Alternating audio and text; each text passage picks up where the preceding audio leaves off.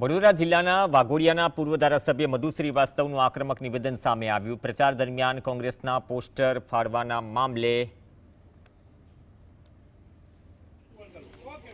મધુ શ્રીવાસ્તવે મંચ પરથી ગર્દિપ ચીમકી ઉચ્ચારી। સોસાયટીમાં કોંગ્રેસના ઉમેદવારોએ પ્રવેશ ન કરવો તેવા બેનર્સ મુદ્દે કહ્યું કે અહીંના નેતા કહે છે કે આ ગઢ મારો છે। શેનો ગઢ ભાઈ? તને જીતાડ્યો પણ મેં છે અને તને હરાવ્યો પણ મેં છે। તારા કરતાં મારા દીકરાને 2500 વોટ વધારે નીકળ્યા। સાથે જ બેનર લગાવ્યું હોય તો કાલે બેનર ઉતારી લેજો, નહીં તો તારી હાલત ખરાબ થશે। તને કોઈ બચાવવા નહીં આવે।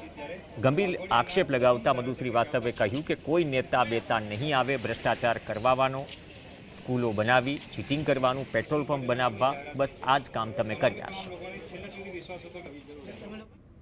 અને પેલા ભાઈ બોર્ડ લગાવીને બેઠા છે કે કોંગ્રેસ નહીં આવે।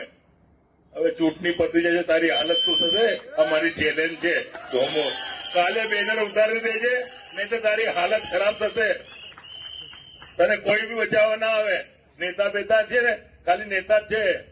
ભ્રષ્ટાચાર કરવાનું, સ્કૂલો બનાવીને લોકોને ચીટિંગ કરવાનું, પેટ્રોલ પંપ બનાવવાના, આ બધા કર્યા છે।